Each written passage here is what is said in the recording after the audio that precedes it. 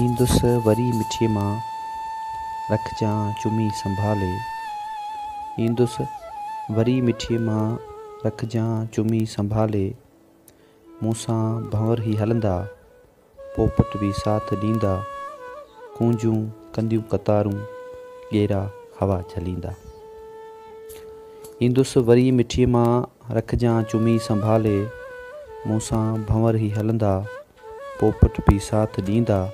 कूंजूं कंदियूं कतारूं ॻेरा हवा झलींदा। कोयल का हिकु कुंवारी आकाश खे तकींदी। कींझर जी रोल आड़ी ॿाहुनि में पई सॾींदी। सुहिणी दरिया खे वेढ़े पंहिंजो दिलो भरींदी।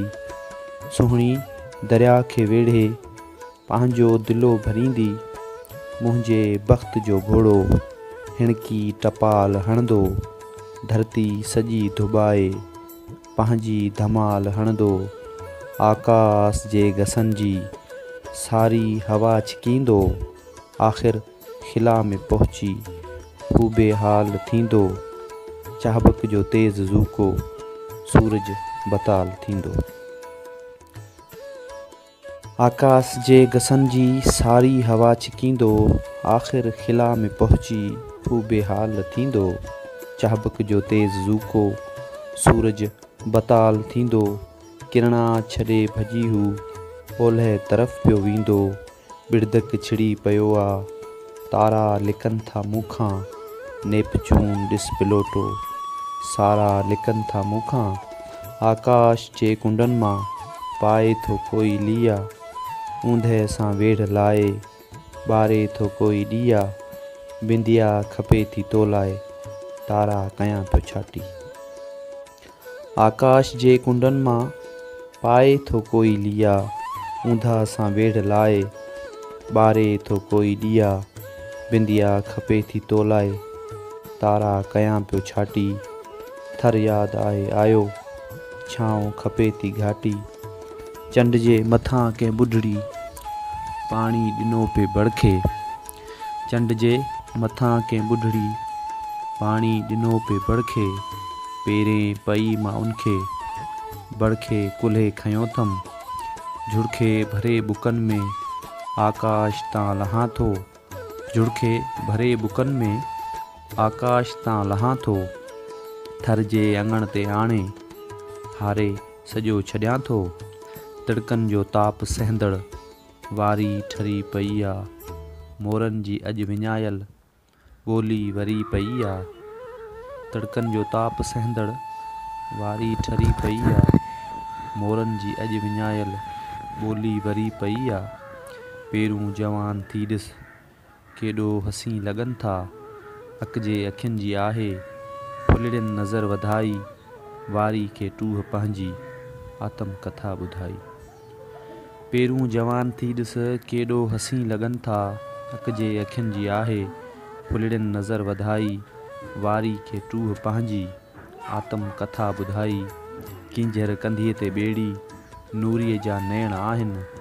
ॿारिया कमल तमाची मोहबत जा मेण आहिनि। मकली जा लाश सारा तारीख़ खां पुछनि था कहिड़ा हॾा ॿुधाए सिंध जा गदार आहिनि। दरिया क़बर खे फाड़े ठठो ॾिठो चिताए। को ॼाम निंदो हुनखे नज़र न आयो। देबल अखियूं तो खोले धरती जी धूड़ माई।